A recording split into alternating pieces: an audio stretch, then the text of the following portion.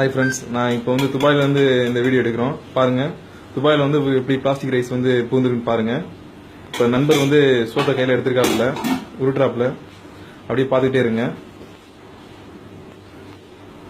பாருங்க, அவர் கையில் வந்து அந்தளவு ஒட்டை கிடையாது. ஸோ ஒட்டலைனாக்கு பிளாஸ்டிக் அரிசின்னு சொல்லி தான் நம்ம இது வரைக்கும் வீடியோக்கெல்லாம் பார்த்துக்கிட்டு இருக்கோம். ஸோ நாங்களும் அதே கான்செப்டில் யூஸ் பண்ணி இப்போ செக் பண்ணிக்கிட்டு இருக்கோம்.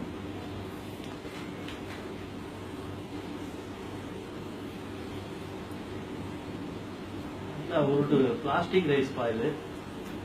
ஸோ செக் பண்ணுவோம், இதோட ரிசல்ட் எப்படி வருதுன்னு பார்த்துடலாம். இன்னைக்கு நல்லா ஊட்டுங்க ப்ரோ, அப்பதான் பிளாஸ்டிக் அரிசி இல்லைன்னு கண்டுபிடிக்க முடியும்.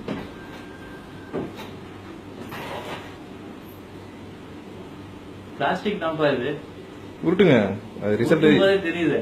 ஓ, உருட்டும் போது உங்களுக்கு தெரிஞ்சிருச்சா? இருந்தாலும் மக்கள் வந்து நீங்க கடைசி வரைக்கும் செஞ்சாதான் நம்புவாங்க. பிளாஸ்டிக் ரைஸ் தான் இது. டெஸ்ட் பண்ணி ரொம்ப அடிச்சு பார்த்து போதுமா? போதும். ஏற்கனவே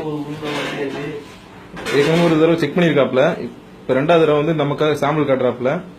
ஓகே, சரிங்க ப்ரோ.